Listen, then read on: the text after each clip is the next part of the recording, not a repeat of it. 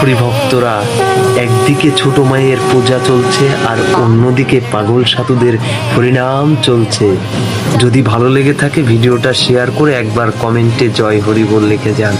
Hari বল, Hari বল, Hari বল।